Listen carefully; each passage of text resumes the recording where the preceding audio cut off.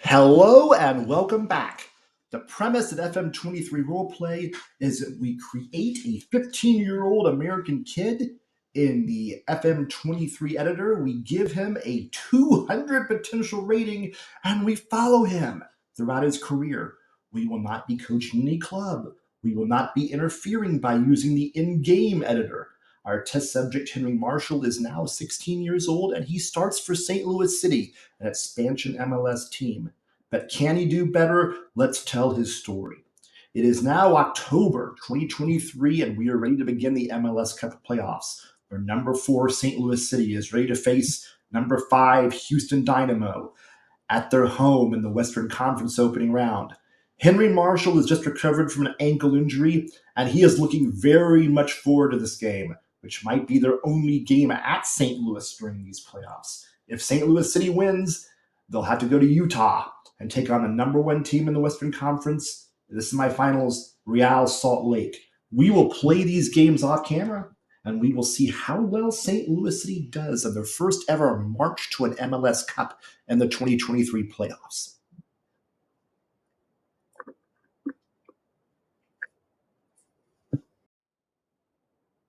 And we are back. So let's report the events of the MLS Cup playoffs and after. There were actually been a few events here in October. Now, what I didn't report to you previously was that Tim Parker, the vice captain of St. Louis City, suffered a broken nose in practice on October the 12th. And as we can see here, just by looking at the screen down here, Bradley Carnell, Bradley Carnell, manager, he keeps getting these come-on offers from clubs. This time it's the LA Football Club who canned their manager. Unlike previous offers, this time Carnell is a little coy, a little bit disturbing here. And Gerald Struber was recently fired by the Red Bulls.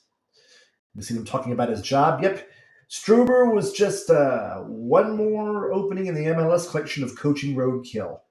But a series of bad news events here. First, central defender Edouard Leuven suffered a pulled calf muscle on October the 16th.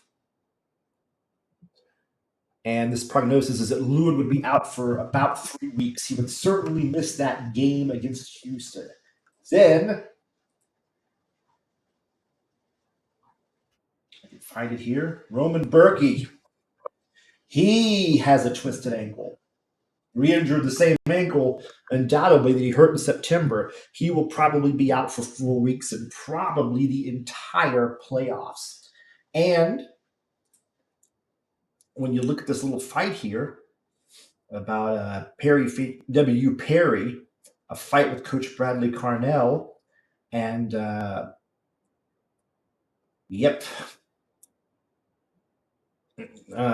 now, rumor has it behind the scenes that Nebiu Perry wanted a shot at the starting position that Henry Marshall currently holds. And he said, and he told us, he supposedly told Carnell if he can't get that position, that he wants to be loaned out to some other club where he can play. Now, Henry Marshall isn't reading social media right now because he thought it was a good idea to stay away from any social media before this game against Houston starts. So he is blissfully unaware of these events. And as we get to the first match, Berkey and Leuven are out. And Parker is doubtful with the broken nose. And unfortunately, St. Louis City falls in extra time 3-2 to Houston. Yep. It's a bad day for Ben Lunt in goal. He had a 6-1. Yo Klaus, who is one of the primary scorers, probably our best scorer, 6-8 here. He scored in the 14th minute. Then he went out in the 22nd minute with a torn hamstring. This goes on into the first minute of extra time. And Ethan Barlow will get the goal. And if you look here, you will find that, excuse me, let me get the wrong screen here. John Gallagher. John Gallagher is the player of the match. So St. Louis's dream is over. And there were some questionable decisions during this game. Carnell says he does not wish to use the officials as an excuse in this. So St. Louis's dream of marching to an MLS Cup championship is over. So as the season ended, Atlanta United were still chasing after Henry Marshall. And he met privately with Bradley Carnell for the end of the season wrap-up. But, his manager told Marshall that he was proud of him. Carnell said, I asked a lot of you, Henry, playing at a high level every day, and you did it. I mean, nobody can say that you don't belong in this league anymore. You acquitted yourself well, and you've earned your position right out. I'm proud of you, Henry. If you continue to grow the way I've seen you grow, if you take care of yourself, watch your ankle, do what Sean tells you to do during the break, we're going to be a better team next year. However, I expect you to step up. I saw good this year, and I want great next year. That's your goal for 2024. Now, when they were talking about Sean, when Carnell was talking about Sean, who he meant was this man down here, Sean Rooney, the head performance analyst. And Sean, as he was leaving the club to start his winter break, he practically handed Henry a notebook as he left. And all the diet and exercise instructions he was to follow over the offseason left inside it. And he told Henry, he said, Henry, Marshall, a lot of players throw these in the back of the trunk of their car, and they never read them again until camp starts. You have a chance to get ahead of the rest, and don't let me see you back here out of shape. And with that, the 2023 season was over. Now, the big news in the offseason is that St. Louis, well, as you can see, St. Louis wants to build a brand new stadium. Demands for ticket sales during the season had been very high. And with the St. Louis Cardinals, the only other pro team in competition, and finishing 71-91, I mean, the MLS club was suddenly a hot ticket. Management wanted to take advantage of this as soon as possible, while the city council was still receptive. The club, wasn't too worried about the St. Louis Blues. They played generally the times when there was a big gap. They played during the winter. Their real competition for eyeballs was against the Cardinals. And now, MLS tickets are a big thing in St. Louis now. They want to take advantage while the city council is, still willing to listen to them. The club didn't let anyone go at the end of the season. Some news around the league. In Atlanta, Gonzalo Pineda was fired as manager of Atlanta United. I'll either find that or I won't find it, and it looks like I won't find it. Yep, there he is. And once again, they're talking about Bradley Carnell, possibly going off and being manager at Atlanta United. Now, Los Angeles had dropped out of the hunt for Henry Marshall during the offseason, but Atlanta United was still interested in having Marshall transfer in the offseason, and Marshall, he really didn't know how he felt about, his manager leaving Atlanta United. He didn't want to change managers. He was hoping that, hey, if he got transferred to Atlanta United, then maybe Carnell could follow him there. It wasn't that he liked Carnell, particularly better than anybody else. He just didn't want to have to undergo another change of managers. In league news, Inter Miami, they won the MLS Cup 2-0 over Real Salt Lake. That was the first time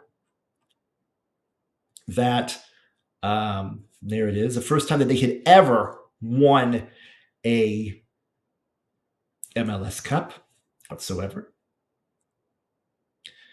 For the St. Louis City End of the Year Awards, the fans voted Joachim Nilsson the number one player with 40% of the vote. Let's see. This is going to be followed by Roman Berkey with 28%, Joao Klaus with 20%. The young player of the season, to Henry's chagrin, is Njabulo Blom. He's playing the other side here. He is 23 years old. Matt Hedges of Toronto was named Humanitarian of the Year. Joseph Martinez of Inter Miami is the Golden Boot winner. Thiago Almada of Atlanta United, he's the MLS Young Player of the Year. Daria Zubarak of Toronto is Defender of the Year. And in other world news, Kylian Mbappe is named number one on goal list of 50 best players in the world. And Georgi Mihailovic was named the U.S. Soccer Player of the Year. So Henry Marshall spent most of the break between the end of the 2023 season and the beginning of the 2024 season in Shreveport, Louisiana. He primarily spent the offseason with a couple of guys from school.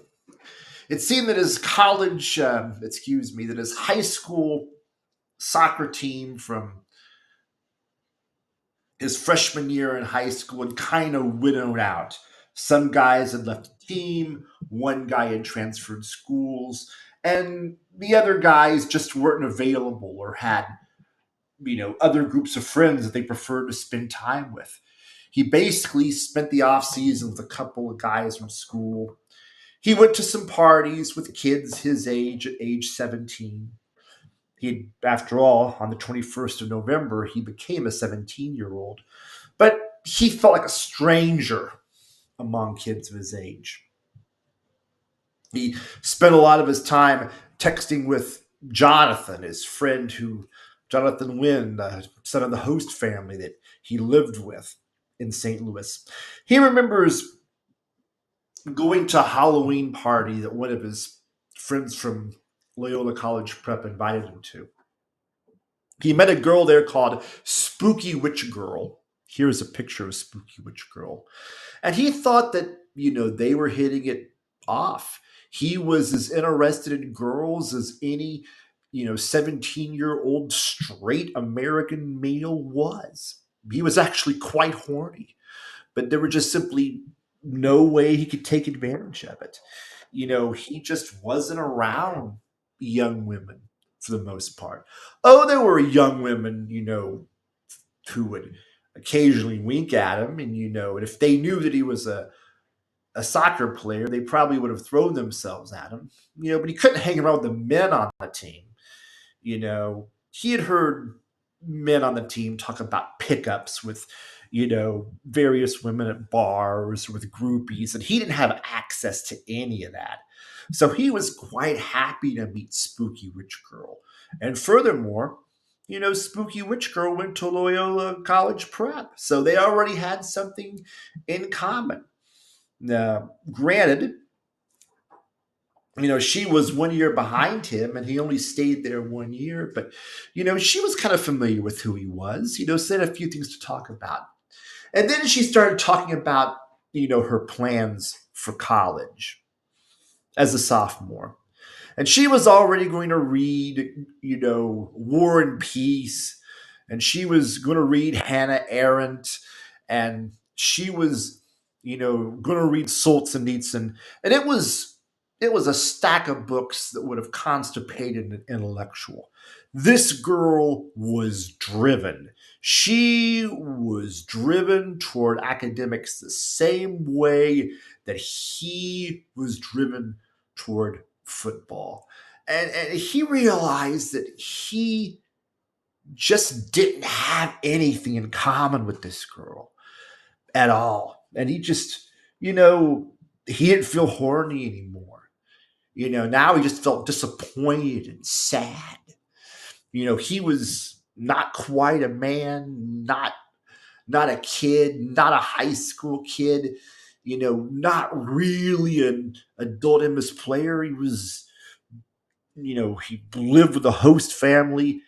It was depressing. Now, the family did get together during Thanksgiving, the Marshalls, and Henry was glad to see Maggie back, and Sean even came. Petey even came from Los Angeles, and the whole family was together. The Frank and Fred and Susan, Freddie Jr., Sean, Maggie, Henry. They were all there. You know, and it was a great time to get together, and he was kind of glad that the family was back together. And he spent a lot of time with Maggie, who was glad to see him. And Maggie, all Maggie could talk about was Duke. Duke this, and Duke that, and Duke the other, and her adventures at Duke. And he, it was just a part of his life, his life. And he couldn't be a part. Henry couldn't be a part of that life. And then one day while they while some of the other adults were gone out of the room, it just left Sean and him. There's just only Sean and Henry in the living room. And Sean was a little bit drunk. He kind of had a couple of beers, working on his third one. And he just kind of got on. He was sort of going on about some weird stuff. He was like, well, I'll never get married. No girl wants to be out, be out with me. I don't really have any luck with, women. So, and he just kind of mumbled about it. I have to work 80 hours a week. I have to work 80-hour weeks, and Los Angeles, and the traffic is terrible. And then he said, "Oh, hey, Henry, let me ask you a question. Has Freddie Jr. ever asked you yet to borrow money from you?" And Henry said, "No." He said, and Sean said, "Yeah, I heard about, you gave about $10,000 to mom and dad, and that's all right. I'm willing to give mom and dad money if they really need it, but, if, Freddie Jr. finds out, he's just going to hit you up for everything you've got, so, heads up. Okay." That left another unsettling feeling in Henry's stomach. Freddie Jr. hadn't mentioned money, one time. But if there was anybody who would, know Freddie Jr. well, it would be Sean. It would be Petey. Because they were the two older brothers. They were older brothers by quite a bit. They were both in their early 30s. They had grown up with each other. They both lived in Chicago. Excuse me, in Los Angeles. They certainly didn't live in the same part of Los Angeles. And to hear that out of Sean's mouth, that was something that Henry didn't expect. He didn't know who he could talk to about it. He thought he might talk to Maggie about it, but then he just decided he would just drop it, and keep it to himself. In the meantime, the league continued to go on with its other events. Roman Berkey of St. Louis City was named the MLS Goalkeeper of the Year. It was his first major MLS award. Toronto Football Club won their second straight Canadian championship. But at the beginning of December, Juan Carlos Osorio was fired by Toronto despite their fifth place finish in the East. Phil Neville of Inter Miami was named the MLS Coach of the Year. Later on, Wolverhampton, would start looking around for a coach. And, there was noise for a little while that Phil Neville would go to the UK. Giovanni Savarese became coach of the New York Red Bulls. David Wagner took the job at LAFC. He had last coached the Championship League Norwich in 2022. Norwich in 2022. And then Wilfred Nancy. Atlanta United had been looking for a coach for a long time. And Wilfred Nancy left Columbus to take over Atlanta United. Now, Columbus had finished 14th out of 15 teams in the East. That was a controversial hiring by Atlanta. Why would you hire him? And a lot of coaches were in the running for that Columbus job, but the Crew picked Josh Wolf, and he had previously been at Austin. Sebastian Driussi of Austin was the MLS MVP. Alejandro Zendejas to the LA Galaxy won the Fair Play Award. And the MLS named its best 11, but no one from the St. Louis City team was named to it. However, there were some rumors about, what was going to happen with Henry and St. Louis. His Hunter Alvarez, his agent, called him on December 16th and said, listen, St. Louis has told us that they want to renegotiate your contract. Now, I'm getting word that they don't want you to leave at the end of 2024, at the end of next year. And they certainly, don't want you going to Atlanta. So they're probably going to renegotiate your contract. It's probably going to be at least six figures to keep you in St. Louis. And that first figure isn't going to be a one. So Henry was thinking, okay, long time to stay in St. Louis.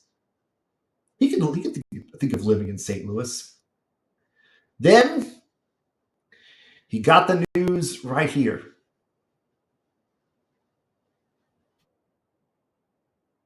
Atlanta United had proposed a trade with St. Louis City.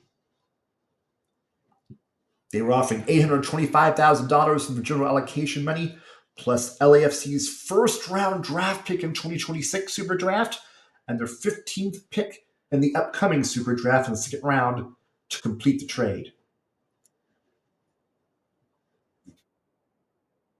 And Henry was really hoping that trade would not go through. But it did. St. Louis City had traded Henry Marshall to Atlanta United.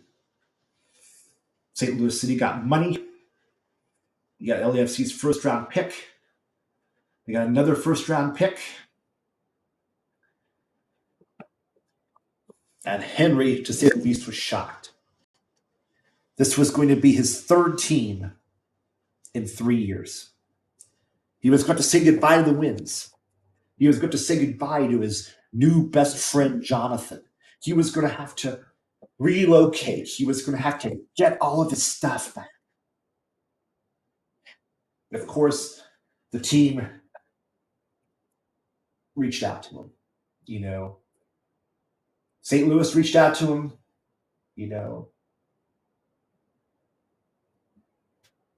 Bradley Carnell reached out to him and said, I hate that the trade happened. Texted him, you were great for us. I know you're going to be a great player. Just keep your head up. St. Louis City's front office contacted him. They thanked him for his time. They said that he was a real help to them. They're going to miss him. They decided that they wanted to go ahead and take the trade. They said he would be. They said that he would be happy at Atlanta United. They wished him the best of luck. You got some texts from some of the players, also wishing him the best, and then they dropped him from the group chats. So now Henry has to go to St. Louis, try back to St. Louis. Has to get his things, say goodbye to the Winds, and after that, try to figure out how to put his life back together and move to his third city, Atlanta United. It was a very unsettling Christmas holiday. And that's it for this episode. And if you liked what you heard or what you saw, make a comment and hit the like or subscribe button. And until next time.